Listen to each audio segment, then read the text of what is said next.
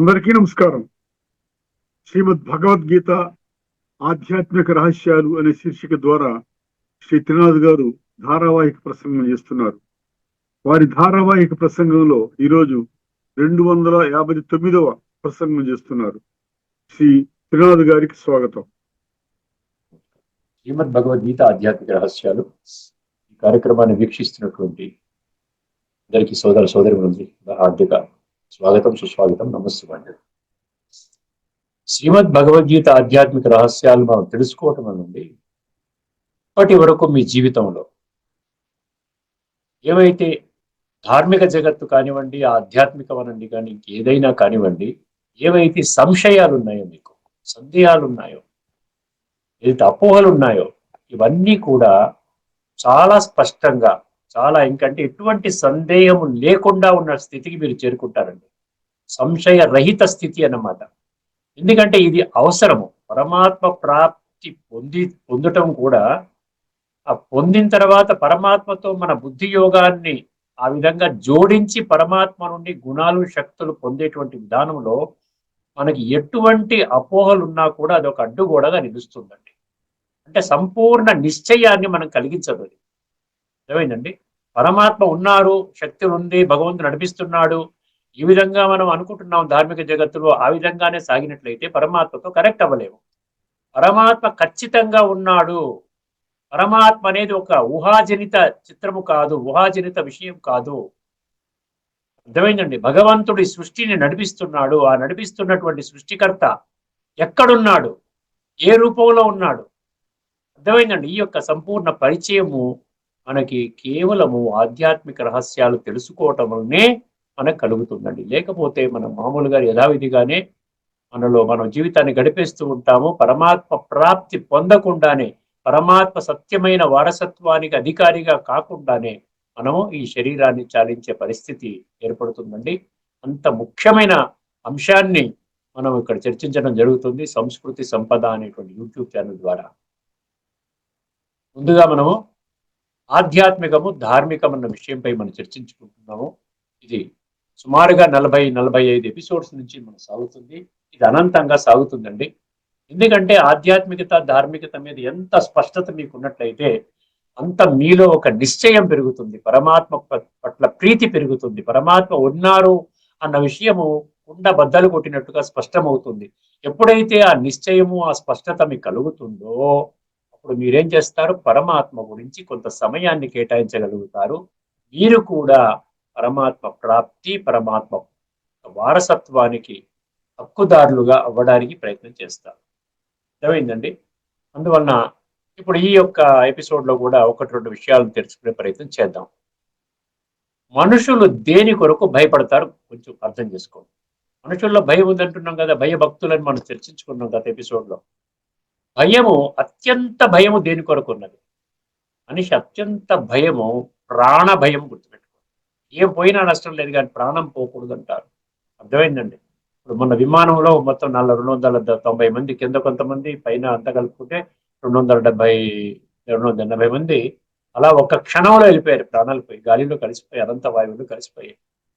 అర్థమైందండి. అటువంటి వాళ్ళ యొక్క మానసిక పరిస్థితి ఎట్లా ఉండి ఉంటుందో ఒక్కసారి ఆలోచించుకోండి. భగవంతుడా భగవంతుడా భగవంతుడా రక్షించు రక్షించు రక్షించు అనే కదా ప్రతి ఒక్కరు కూడా, నాస్తికులు కూడా ఆ విధంగానే ప్రార్థన చేస్తారు.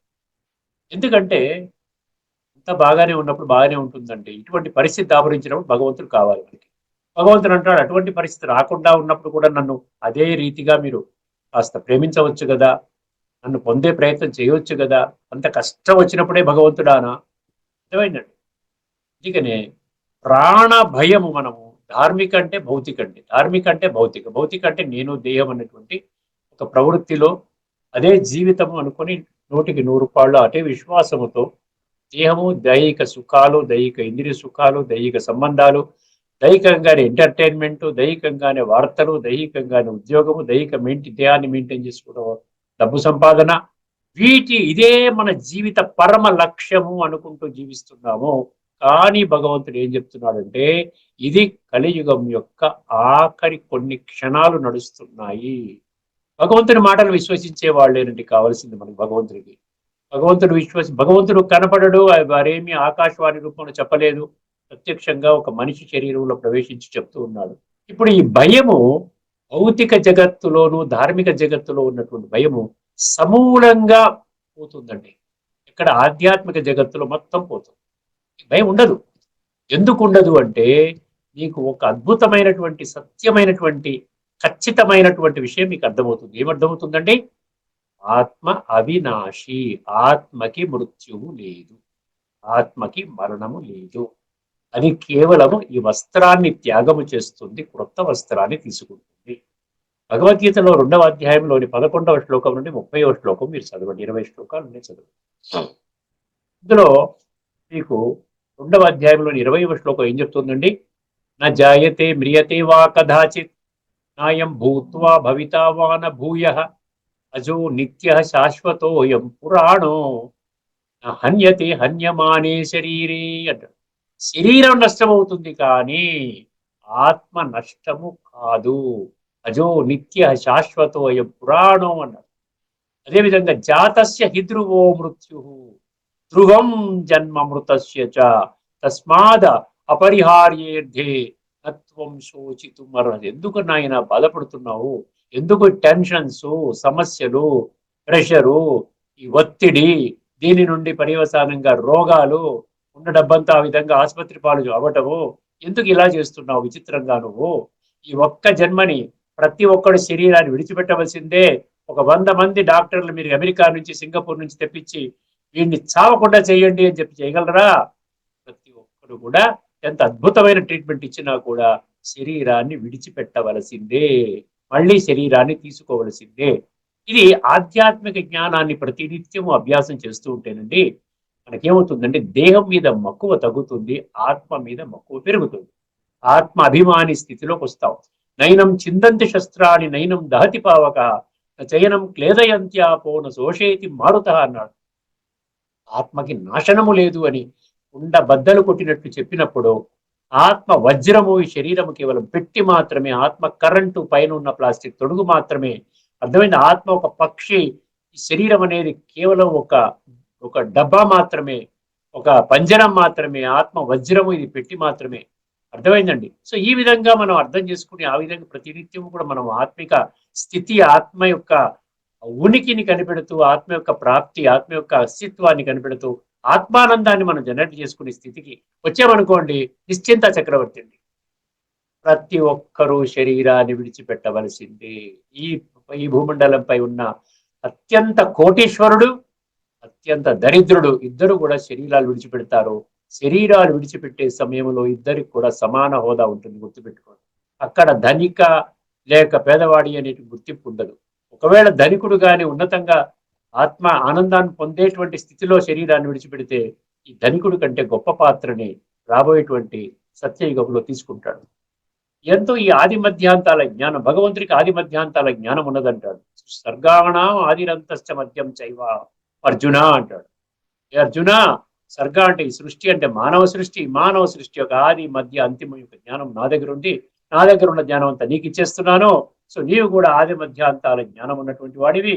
కాబట్టి అర్థమైందండి, నువ్వు నిశ్చింతగా ఉండు. ఓన్లీ ప్రజెంట్, ఇప్పుడు బ్రతికున్నంత క్షణాలు, కొన్ని క్షణాలు ఉన్నాయి. ఆ కొన్ని క్షణాలను నీవు సదుపయోగం చేసుకుంటూ దాని యొక్క సంక్లిష్ట సమయాన్ని గుర్తించి ప్రతి సంకల్పాన్ని కూడా నువ్వు భగవంతునికి అర్పించి నీ యొక్క జీవితాన్ని సార్థకం చేసుకో అంటున్నాడు భగవంతుడు. సో ఈ జ్ఞానం మనలో బాగా నరాల్లో, రక్త కణాల్లో చేరుకున్నది అనుకోండి, అప్పుడు మనకేమవుతుందంటే ఈ భయం అనేది పోతుంది. అర్థమైందండి? అక్కడ ప్రాణ భయం అత్యధిక శాతంగా ఎందుకు ఉంటుంది అంటే మొత్తాన్ని జీవితాన్ని అంత పణంగా పెట్టుకుని ఆస్తులు కూడబెట్టుకున్నాడు. ఇన్ని కిలోల బంగారం కొన్నాడు, ఇన్ని తులాలు అంటారు, కొన్ని కిలోలు కాకపోయినా, ఇన్ని భవంతులు కట్టుకున్నాడు, ఇన్ని హై-ఎండ్ కార్లు కొనుక్కున్నాడు, ఇన్ని వసతులు పొందాడు, ఇన్ని సాధనాలు సమకూర్చుకున్నాడు. దేని కొరకు సమకూర్చుకున్నాడు? నేను సంపూర్ణంగా అనుభవించాలి అన్నటువంటి కోరికతో సమకూర్చుకున్నాడు. కానీ ఏదో సడన్ గా వస్తే బ్లడ్ క్యాన్సర్ అన్నాడు, రేపో మాపో పోతాడంటే ఎట్లా ఉంటుంది చెప్పిన పరిస్థితి అది? ఎలా ఉంటుంది చెప్పండి? డాక్టర్లు చెప్పేస్తారు మాక్సిమం ఒక నెల రోజుల కంటే బతకడమ్మా, కొంత ఇంజక్షన్లు ఇస్తాం. ఒక్కో ఇంజక్షన్ మీకు ఆశ్చర్యం వేస్తుందండి. నేను గమనించాను, ఒక ఇంజక్షన్ ఎన్నో 5 లక్షల రూపాయలు ఉంటుందంట. అది వేస్తే కొంచెం ఇంకో 10 రోజులు బతుకుతాడంట. అర్థమైందండి? సో ఇటువంటి దేనికండి మనకి ఇదంతా కూడా? ఎట్లాగైనా శరీరాన్ని విడిచిపెట్టాలి అనుకుంటాడు ఆధ్యాత్మిక ఆధ్యాత్మిక జ్ఞానం ఉన్న వ్యక్తి ఉంటాడు, ఎలాగైనా శరీరం విడిచిపెట్టుకోవాలి, ఆనందంగా అనుభవిస్తాను, చక్కగా ఉంటాను, ఆత్మానందంతో ఉంటాను, అందరినీ ప్రేమిస్తాను, సలక్షణమైనటువంటి జీవితాన్ని భగవంతుడి శ్రీమతం ఆధారంగా నా యొక్క జీవితాన్ని మలుచుకుంటాను. మనము ఆధ్యాత్మికంగా ఎదగడానికి కానివ్వండి, ఆధ్యాత్మికంగా దిగజారడానికి కారణం కానివ్వండి, కేవలం మనమే అవుతాం, కానీ ప్రపంచంలో ఏ శక్తి మనం ఆపలేదు. అందుకని 6వ అధ్యాయంలో 5వ శ్లోకంలో ఏమంటాడు? నీకు నీవే శత్రువు, నీకు నీవే మిత్రుడు అంటాడు, నీకు నీవే బంధువు అంటాడు. ఏమిటండి ఆ శ్లోకం ఏంటి? దరేదాత్మనాత్మానం ఆత్మానం అవసాదయే ఆత్మైవ హి ఆత్మనో బంధువు ఆత్మైవ రిపురాత్మన అంటాడు. దాన్ని మనసు బుద్ధి ఈ యొక్క శక్తుల్ని వాడుకొని నీవు ఆత్మని పసిగట్టి, ఆత్మ యొక్క ఉనికిని పసిగట్టి ఇప్పుడు నిజంగా ఆత్మిక స్థితిలో కూర్చుని ఆత్మాభిమాని, ఆత్మ గౌరవం అటువంటి స్థితిలో ఉండడానికి అభ్యాసం చేయడం. అది భగవంతుడు ప్రత్యక్షంగా ఈ విధంగా స్థాపన చేసినటువంటి సంస్థ ద్వారా చెప్తున్నాడు ఆయన. ఇందులో ఎటువంటి అసత్యము లేదు. మిమ్మల్ని మీరు తెలుసుకోవాలంటే ఖచ్చితంగా రండి ప్రజాపిత బ్రహ్మ కుమారి ఈశ్వరి విశ్వవిద్యాలయం. భగవంతుడు ఆహ్వానిస్తున్నాడు, నేను ఆహ్వానించడం లేదండి, భగవంతుడు ఆహ్వానిస్తున్నాడు. ఎందుకంటే వారు స్థాపన చేసిన సంస్థని వారు ఆహ్వానిస్తున్నారు. ఎవరి ద్వారా ఆహ్వానిస్తున్నారు? వారి పిల్లలు ఇప్పటికీ తెలుసుకున్నటువంటి పిల్లల ద్వారా ఆహ్వానిస్తున్నారు. ఎందుకంటే వారికి శరీరం లేదు కదా. అర్థమైందండి? సో ఆ విధంగా ఆధ్యాత్మిక జగత్తులో కానీ పరిపూర్ణమైనటువంటి జ్ఞానాన్ని మీరు, ఆ జ్ఞానము మరియు విజ్ఞానాన్ని పొందే రాజయోగము ద్వారా సంస్కార పరివర్తన చేసుకునేటువంటి ఒక ప్రక్రియలో కానీ మీరు పడినట్లయితే మీకు ప్రాణ భయం అనేది ఎట్టి పరిస్థితిలో ఉండదండి. ఇంట్లో ఎవరన్నా శరీరం విడిచిపెట్టినా కంటి నుంచి ఒక్క చుక్క నీరు కూడా రాదండి. వాళ్ళు చేయవలసిన పనులన్నీ చేస్తారు, ఎందుకంటే వారి పాత్ర అయిపోయింది. ఇప్పటి వరకు వారి పాత్ర ఉండింది, వారి పాత్ర పూర్తి చేసుకున్నారు. తదుపరి ఇంకొక ప్రయాణం తీసుకుంటున్నారు, ఇంకొక శరీరం తీసుకొని ఇంకెక్కడో ప్రయాణం సాగుతుంది. కాబట్టి వారి ప్రయాణానికి మనం ఏదో రోదనగా చేసుకుని బాధపడుతూ ఏడుస్తూ ఎందుకు భగవంతుడు పట్టుకుపోయినావు, భగవంతుడి రోల్ ఏంటూ ఏమీ లేదండి. ఎవరి సంస్కారం అనుసారంగా వాళ్ళకి ఎన్ని క్షణాలు ఈ భూమండలం మీద వాళ్ళకి ఏమంటారు నూకలు ఉంటాయో అంతవరకు బ్రతుకుతారో, తర్వాత శరీరం విడిచిపెడతారు. మిగతావన్నీ మిథ్య. ఈ ప్లేన్ క్రాష్ అయింది, ఇల్లు కూలిపోయింది, భూకంపం వచ్చింది, ఇవన్నీ కూడా కేవలము ఆ ప్రాణాన్ని తీసేయడానికి ఒక ఇన్స్ట్రుమెంట్ గా ఉంటాయి తప్ప అవి ఏవి కారణం కాదండి. మనం చేసుకున్న సంస్కారం ప్రకారంగా. అర్థమైందండి? ఆ విధంగానే ఉంటుందన్నమాట. ఈ ధార్మికము ఆధ్యాత్మికము మధ్యలో ప్రాణ భయం అనేది ఖచ్చితంగా ఆధ్యాత్మిక జగత్తులో ఉంటే పోతుందండి. ఎవరికి ప్రాణభయం ఉండదు, ఎందుకంటే ఆత్మ అవినాశి అనే సంగతి మనకు అర్థమవుతుంది. ఇప్పుడు మనం ఏం చేద్దామంటే తదుపరి మనం కర్మ ఫిలాసఫీ మనం చర్చించుకుంటూ ఉన్నాము. ప్రత్యేక కర్మ ప్రవక్ష్యామి యజ్ఞాత్వా మోక్షసే అశుభాత్ అన్నాడు. ప్రత్యేక కర్మ ప్రవక్ష్యామి యజ్ఞాత్వా మోక్షసే అశుభాత్. ఈ పంక్తి గుర్తుపెట్టుకోండి. జ్ఞానం విజ్ఞాన సహితం యజ్ఞాత్వా మోక్షసే అశుభాత్. నీవు అశుభం నుండి సమూలంగా నువ్వు మోక్షం పొందుతావు. Liberation from the karmic bondage and all the evil consequences నుంచి నువ్వు పర్మనెంట్ గా లిబరేట్ అవుతావు అని భగవంతుడు ఆజ్ఞ, భగవంతుడు వాగ్దానం. ఆజ్ఞ కాదు, భగవంతుడు వాగ్దానం. అటువంటి వాగ్దానాన్ని భగవంతుడు ఊరికనే చేస్తాడా చెప్పండి? భగవంతుడు అసత్యవాదియా? భగవంతుడు చెయ్యడా? భగవంతుని మాటలు నమ్మాలా నమ్మక్కర్లేదా? ఎవరికి వాళ్ళేనండి. మీరే బుద్ధినేత్రం తెరుచుకుంటే సత్యత ఆధారంగా జీవితాన్ని భగవంతుడు తయారు చేస్తున్నాడు. నేను కూడా సత్య మార్గంలో నడుస్తాను అన్నటువంటి భావన ఉంటే ఖచ్చితంగా చేస్తాను. ఇప్పుడు ఏం చెప్తున్నాడంటే భగవంతుడు మనకి ముఖ్యంగా అకర్మ కర్మ, కర్మలో అకర్మం చూడాలంట. అంటే కర్మ చెయ్యాలి, కానీ అది అకర్మగా ఉండి ఎటువంటి విధంగా మనకి అకర్మగా ఉన్నట్లయితే ఏ విధంగా అయితే ఆత్మలో ఉన్నటువంటి సంస్కారాలు పోగైనటువంటి సంస్కారాల కుళ్ళు తొలగుతుందో ఆ విధమైనటువంటి కర్మలు చెయ్యాలి అంటే భగవంతుడి యొక్క మార్గదర్శకత్వంలో, భగవంతుడి యొక్క శ్రీమతం ఆధారముగా ఎటువంటి కర్మలు చెయ్యాలని భగవంతుడు నిర్దేశిస్తున్నాడో అటువంటి కర్మలు ఏం చేయాలి? లోక సంగ్రహం అన్నాడు అక్కడ. అర్థమైంది? లోక సంగ్రహం అంటే ఈ లోకంలో ఉన్నటువంటి 850 కోట్ల మనుషుల యొక్క అభ్యున్నతి కోసము. అందుకని లోకా సమస్త సుఖినో భవంతు. ఎవరికి కూడా దుఃఖాన్ని కలిగించకూడదు. ప్రపంచం అంతా ఒకే కుటుంబము, ఒకే పరమాత్మ సంతానము, అందరూ కూడా నాకు సోదరులు అవుతారు. సర్వమానవ సౌభ్రాతృత్వం అంటే అదే అక్కడి నుంచే వచ్చింది. ఈ విధంగా మనం కర్మలు చేసినట్లయితే కర్మ కూడా అకర్మ అవుతుంది, లేకపోయినట్లయితే అకర్మ కూడా కర్మ అవుతుంది అన్నాడు. అకర్మ అంటే ఏంటి? నేను ఎటువంటి స్థూల కర్మలు నేను చెయ్యను, నేను ఒక సన్యాసిగా అయిపోయాను, నేను వంట అంటే అగ్నిహోత్రాన్ని మండించను, నేను అందరి మీద ఆధారపడి ఉంటాను, అందరికీ మంచి విషయాలు తెలియజేసే ప్రయాణంలో నేను ఈ సంసారిక జీవితాన్ని విడిచిపెట్టాను. ఆ విధంగా చేస్తూ మనసులో కానీ భౌతిక వాంఛలు పోకపోయినట్లయితే అది కర్మగా తయారవుతుంది. అది నీకు ఈ విధంగా నీ యొక్క ఆధ్యాత్మిక ప్రయాణంలో అవరోధముగా తయారవుతుంది అంటున్నాడు భగవంతుడు. ఇప్పుడు హిపోక్రసీ అని ఒక వర్డ్ వాడుతున్నాడండి ఇంగ్లీష్ పుస్తకాల్లో ఈ శ్లోకం గురించి. మీరు కూడా నోట్ చేసుకుని ఆ శ్లోకాన్ని మీరు అర్థం చేసుకోండి. ఏమిటంటే ఆ శ్లోకం 3వ అధ్యాయంలోని 6వ శ్లోకం. ఇది వరకు జ్ఞానం అన్న విధానంలో మనము ఆ శ్లోకాన్ని ఇప్పటికే చర్చించుకున్నాము. ఇప్పుడు కర్మ గురించి చెప్తున్నప్పుడు ఈ శ్లోకాన్ని కర్మయోగము అనేటువంటి దీంట్లో అధ్యాయంలో ఉంది కదా.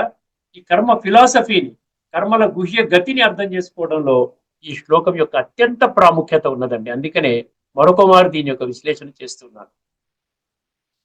ఇందులో ఏమంటున్నాడంటే, బాహ్యంగా నీలో పరివర్తన తెచ్చుకొని, బాహ్యంగా అంటే నేను వస్త్రాన్ని మార్చుకుంటున్నాను, నా యొక్క ఆహారాన్ని మార్చుకుంటున్నాను, నా యొక్క బొట్టు కట్టును మార్చుకుంటున్నాను.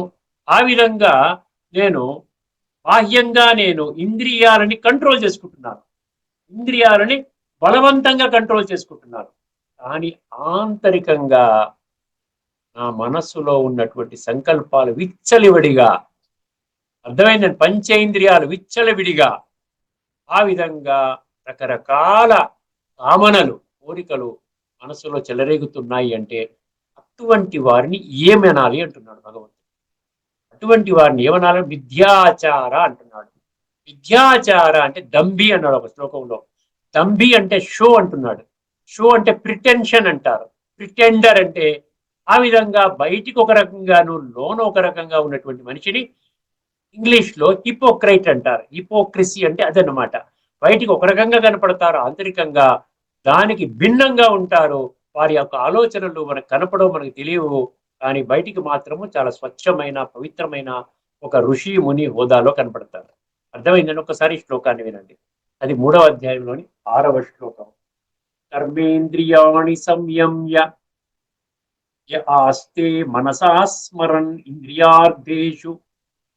కర్మేంద్రియాణి సంయమ్య య ఆస్తే మనసా స్మరన్ ఇంద్రియార్థాన్ విమూఢాత్మా విద్యాచారః స ఉచ్యతే. ముందుగానే కొంచెం ఎక్స్ప్లెయిన్ చేశాను కాబట్టి మీకు ఈజీగా అర్థమవుతుంది. కర్మేంద్రియాణి సంయమ్య అంటే ఏమిటి? కర్మేంద్రియాలు ఏమిటి అసలు? ముందుగా మరొక్కసారి పునరావలోకం చేసుకుందామండి. కర్మేంద్రియాలు 5. ఇక్కడ జ్ఞానేంద్రియాల గురించి చెప్పడం లేదు, కర్మేంద్రియాల గురించి చెప్తున్నాడు. కర్మేంద్రియాలు 5 ఏంటంటే వాక్, పాణి, పాద. వాయు ఉపస్థ అవసరం లేదు, అది ఎక్స్క్రీటరీ ఆర్గన్, రీప్రొడక్టివ్ ఆర్గన్, పక్కన పెట్టేయండి. వాక్, పాణి, పాద. వాక్కు అంటే నోటి ద్వారా నువ్వు మంచి మాటలు చెప్పేటువంటి ప్రయత్నం చేస్తున్నావు. ఎందుకంటే ప్రజలని ఆకర్షించుకోవడానికి కోసం వాక్కు ద్వారా మంచి మాటలు చెప్తున్నావు, ఆకర్షణీయంగా ఉండేటువంటి మాటలు పలుకుతున్నావు. కర్మేంద్రియాన్ని సంయమ్య అంటే అదే అనమాట. అర్థమైందండి. వాక్. పాణి అంటే ఏంటి? చేతుల ద్వారా ఆశీర్వాదాలు ఇస్తున్నావు అందరికీ కూడా. చేతుల ద్వారా అందరికీ కూడా మంచి జరగాలనేటువంటి ఆశీర్వాదాలు ఇస్తున్నావు. వాక్, పాణి, పాదాల ద్వారా నువ్వు అన్ని చోట్లకి ప్రయాణం చేస్తున్నావు. ఎక్కడ నీ భక్తులు పిలుస్తూ ఉంటే అక్కడికి వెళ్ళిపోతూ ఉన్నావు. అర్థం. ఇది కర్మేంద్రియాన్ని సంయమ్య అంటే అదనమాట. దాన్ని బలవంతంగా ఆ విధంగా కర్మేంద్రియాలని అంటే బాహ్య రూపంగా నువ్వు ఆ విధంగా తీర్చిదిద్దుకొని కర్మేంద్రియాల్ని అదుపు చేసుకుంటూ నోటితో మంచి మాటలే మాట్లాడుతూ ఆ విధంగా చేతులతో మంచి పనులే చేస్తూ కాళ్ళతో మంచి స్థలాలకే వెళుతూ మంచి విషయాలు చెబుతూ అర్థమైంది నా విధంగా బలవంతంగా కంట్రోల్ చేసుకుంటూ కూర్చున్నావు అంటున్నాడు. కర్మేంద్రియాన్ని సంయమ్య అంటే కంట్రోల్ అండి. కర్మేంద్రియాలంటే ఈ 5 ఇంద్రియాలని కంట్రోల్ చేసుకోవడం. అర్థమైంది సార్. కర్మేంద్రియాణి సంయమ్య ఆస్తే మనసా స్మరన్ ఇంద్రియార్థేషు.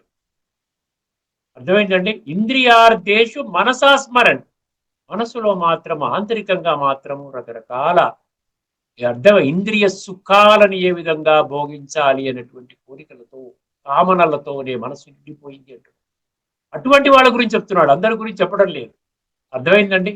ఎంతో మంది సాధువులు సన్యాసుల్ని గవర్నమెంట్ వాళ్ళు సిబిఐ తరఫున పోలీసు వాళ్ళు అరెస్ట్ చేసి జైల్లో పెట్టిన విషయం కూడా మనకు తెలుసు. అంటే ఎందుకంటే ఇది ఈజీగా ప్రజల్ని మోసం చేసేటువంటి ఒక విధానము ఈ సన్యాస మార్గంలో. ఎప్పుడైతే ద్వాపర యుగం నుండి మనకి ఉన్నటువంటి ఆ యొక్క సన్యాసులు ఎవరైతే ఉన్నారో ద్వాపర యుగం నుంచి వాళ్ళు భగవంతుడి గురించి మీకు తెలుసా అంటే ఏమనేవాళ్ళు? మాకు తెలియదండి, మేము కూడా వెతుకుతున్నాం. నేతి నేతి అన్న పదాలు శాస్త్రాల్లో ఉన్నాయి. నేతి నేతి అనేవాళ్ళంట. నేతి నేతి అంటే మాకు తెలియదు, మాకు తెలియదు అనేవాళ్ళంట. కానీ వర్తమానంలో ఉన్న సన్యాసులు ఏమంటారు? శివోహం అంటారు, ఈశ్వరోహం అంటారు, అహం బ్రహ్మస్మి అంటారు, మేమే భగవంతులు అంటారు, మేము గురు పరంపర మాధ్యమంగానే నీకు భగవంతుడి ప్రాప్తి అంటారు. అన్ని ఏ విధంగా చెప్తారు? గురువు చెప్పిన మాటను మీరు మీరు వ్యతిరేకించకూడదు అంటారు. మేము చెప్పిన మాటనే ఇది వేదవాక్కు బ్రహ్మవాక్కు అంటారు. అర్థమైంది. దానికి ఆధారాలు అడిగితే చెప్పడానికి ఇష్టపడరు. ఇంకా ఎక్కువగా యుద్ధం చేసేలా ఉన్నట్టయితే గొడవ పెట్టి ఉంటే బయటికి పంపించేస్తారు ఆశ్రమం నుండి. అర్థమైంది. ఇటువంటి విధంగా చేస్తుంటారు. లోన ఏం జరుగుతోందన్న సంగతి కొంతమంది సాధువులు సన్యాసులు అరెస్ట్ చేసినప్పుడు అర్థమైంది. మనం దాన్ని చర్చించుకోవాల్సిన అవసరం లేదు. అంటే భగవంతుడు ఈ సీక్రెట్ చెప్తున్నాడు. ఎవరెవరు ఈ ఫేక్ గా ఉండేటువంటి వాళ్ళు ఎవరెవరు, ఎవరు సత్యంగా ఉన్నటువంటి వాళ్ళు ఎవరెవరు, అసలు సన్యాసం అంటే ఏమిటి, ఇవన్నీ కూడా ఈ కర్మ సిద్ధాంతం అంటే ఏమిటి, కర్మల గుహ్యగతి అంటే ఏమిటి, కర్మల ద్వారా మన యొక్క జీవితాన్ని శ్రేష్టంగా ఎలా తయారు చేసుకోవచ్చు, అదే కర్మల ద్వారా మన శ్రేష్టాన్ని ఏ విధంగా భ్రష్టు పట్టించుకోవచ్చు అని చెప్తున్నాడు. 3వ అధ్యాయం, 4వ అధ్యాయం, 5వ అధ్యాయంలో శ్లోకాలు మాక్సిమం మనం కవర్ చేయడానికి ప్రయత్నం చేస్తున్నాం. ఎందుకు చెప్తున్నాము అంటే ఈ శ్లోకాలకు ఎందుకు అంత ప్రాముఖ్యత ఇస్తున్నాము అంటే కర్మలలో పరివర్తన రావాలి. ఇప్పటి వరకు మనుషుల యొక్క ఆలోచన ఏ విధంగా ఉందంటే కర్మలలో పరివర్తన తీసుకుని రావాల్సిన అవసరం లేదు. కేవలం నేను ఒక అరగంట గంట పూజ చేసుకుంటే ఆ కర్మల ద్వారా జరిగిన నెగిటివ్ ఎఫెక్ట్స్ అన్ని కూడా న్యూట్రలైజ్ అయిపోతున్నాయి, అది పల్వరైజ్ అయిపోతున్నాయి. దానివల్ల ఆత్మకి నేను చేసినటువంటి దుష్కర్మల ఫలితము అది ఆత్మకి ఆ విధంగా అంటకుండా ఆ విధంగా చేసుకోవచ్చు అని చెప్పి ఆత్మ నిర్లేపం అన్న పదం ఒక కాన్సెప్ట్ ఇచ్చేశారు మనందరికీ కూడా. ఆత్మకి అంటదు, మంచి కానీ చెడు కానీ అంటదు. నీవు శరీరాన్ని త్యాగం చేసే సమయంలో నీట్ గా ఉంటుంది కాబట్టి నీవు ఖచ్చితంగా స్వర్గంలోకి వెళతావు. నీ పనులన్నీ నువ్వు చేసుకో, ఎటువంటి విషయ వికారాలు విడిచిపెట్టక్కర్లేదు. మంచి కామ క్రోధ లోభము అహంకారాల్లోనే మునిగి తేలు నాయన, పర్వాలేదు. శాస్త్రం ఏం చెప్పింది, ఇగో ప్రవచనాలు విను, ఈ ధర్మ గ్రంథాల పఠన చెయ్యి, ఈ విధంగా యజ్ఞాలు చేసుకో, యాగాలు చేసుకో, ఈ ఈ యొక్క పూజలు పురస్కారాలు చేసుకో, అర్థమైంది, తీర్థయాత్రలు చేసుకో, దాన పుణ్యాలు చేసుకో, ఇవన్నీ చెప్తున్నారు. కానీ మనుషులు వారు చేసినటువంటి నీచ నికృష్ట భ్రష్ట దుష్ట పాప కర్మల ఫలితముగా ఆత్మలో ఇప్పటికే నిక్షిప్తము కాబడిన పేరుకున్న ఈ యొక్క తమో ప్రధాన సంస్కారాలని ఏ విధముగా సతో ప్రధానంగా చేసుకోవాలో ఇప్పటి వరకు ఎవరు చెప్పలేదు. అందుకని భగవంతుడు చెప్తున్నాడు. అది భగవాను వాచలోనే ఉంది కదా. అర్థమైందండి. ఎందుకంటే కర్మలు శ్రేష్టంగా చెయ్యాలి, లోక సంగ్రహము, సత్కర్మలు చెయ్యాలి, సదాచరణ అని ఎన్నో శ్లోకాల్లో చెప్పాడు, సమాచరణ అన్నాడు, సదాచరణ అన్నాడు. సో ఆ విధంగా మంచిగా చెయ్యాలి. ఇక్కడ ఏమంటున్నాడు ఒక్కసారి ఈ బ్యాక్గ్రౌండ్ లో పెట్టుకొని వినండి. కర్మేంద్రియాణి సంయమ్య య ఆస్తే మనసా స్మరణ్ ఇంద్రియార్దేషు. అర్థమేంటండి. సో మనసు నిండా ఇంద్రియ సుఖాల కోసము లేకుండా ఉంటే భక్తుల్ని పోగు చేసుకోవాలి, ఏ విధంగా ఏ పాయింట్స్ ద్వారా భక్తుల్ని ఆకర్షించవచ్చునో. ఇది సన్యాసాల గురించే కాదండి.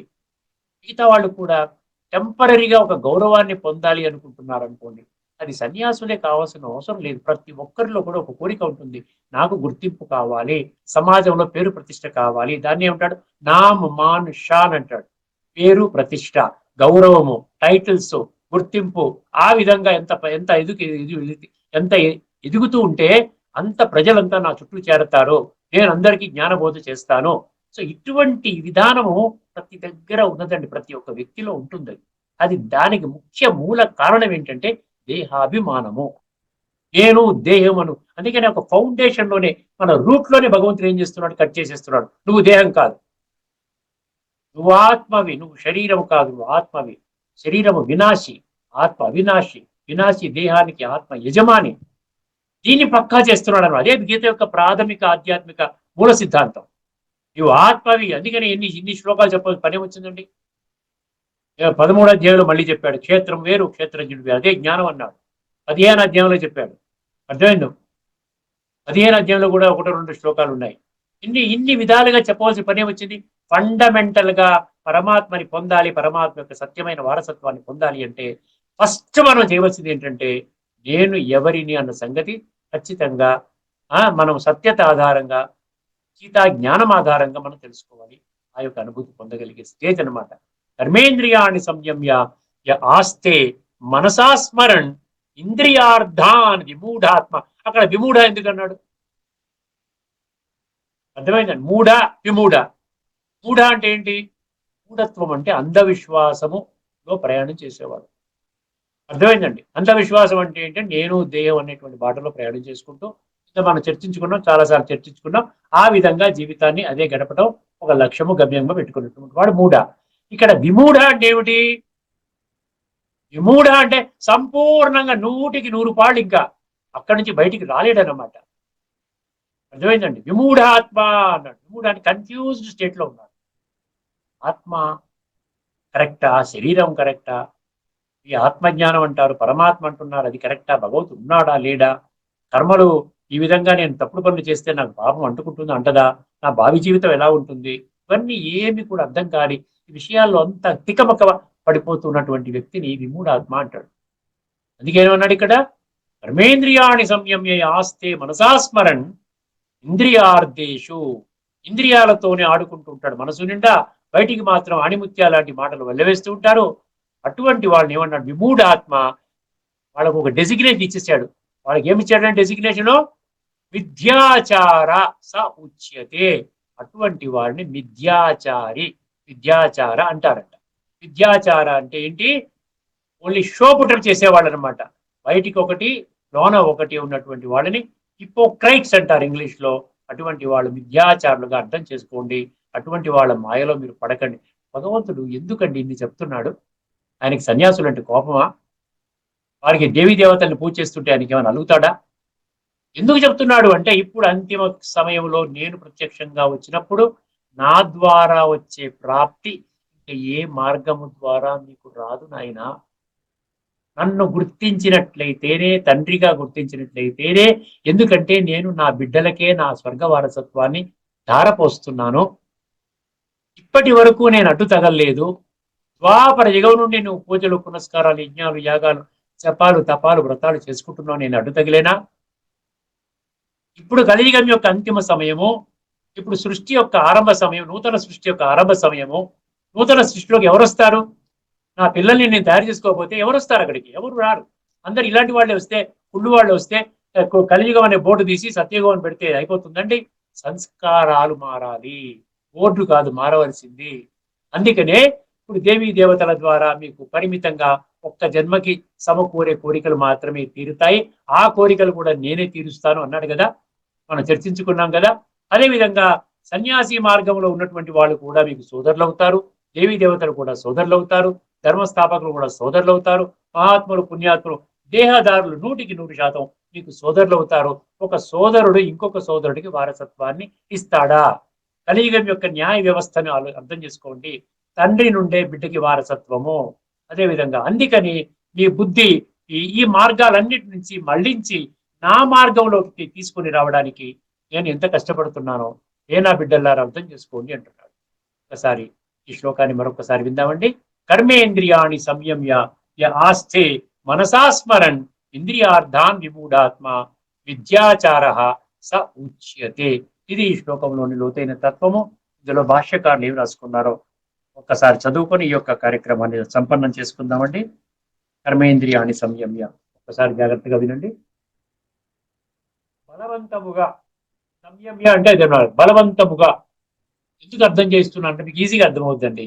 మీకు గీత మీద ఇంట్రెస్ట్ కలుగుతుంది, భగవంతుడి మీద ఇంట్రెస్ట్ కలుగుతుంది. ఒక మంచి చెయ్యాలి. ఎందుకంటే భగవంతుడు మంచికి రిప్రజెంటేటివ్ కానీ చెడుకి రిప్రజెంటేటివ్ కాదు. చెడు మార్గాన్ని వెళితే భగవంతుడి మార్గం నుండి దూరమైనట్టే భావించుకోండి. అర్థమైందండి. అందుకనే జాగ్రత్తగా వినండి. బలవంతముగా, బాహ్యముగా ఇంద్రియ వ్యాపారములను నిగ్రహించి, బలవంతముగా బాహ్యంగా ఇంద్రియ వ్యాపారములను నిగ్రహించి, మానసికముగా ఇంద్రియ విషయములను చింతించినట్టి మూడుని, మానసికముగా ఇంద్రియ విషయములను చింతించినట్టి మూడుని విద్యాచారి అనగా దంభి అని అందురు. విద్యాచారి అంటే దంభి అంటే ఏమిటంటే షో అంటారు. బయటికి ఒకటి, లోన ఒకటి. బయటికి మాత్రం పరమ పవిత్రుడిగా కనబడ్డప్పటికీ కూడా ఆంతరికంగా ఈ కామ క్రోధ లోభము అహంకారాలని వికారాలు నడుస్తున్నప్పుడు అటువంటి వారిని దంభి లేక విద్యాచారి లేక హిపోక్రైట్ అంటారు. ఇక్కడితో మనం ఈ చర్చని ముగించుకుందాం. రాబోయే ఎపిసోడ్ లో మరొక అద్భుతమైన శ్లోకంలోని లోతైన తత్వాన్ని మనం అర్థం చేసుకొని కర్మల గుహ్యగతిని ఇంకా స్పష్టంగా అర్థం చేసుకునే విధానంలోకి వెళదామండి. ఇంతవరకు సెలవు. అందరికీ నమస్కారం. లోకా సమస్త సుఖినో భవంతు. ఓం శాంతి.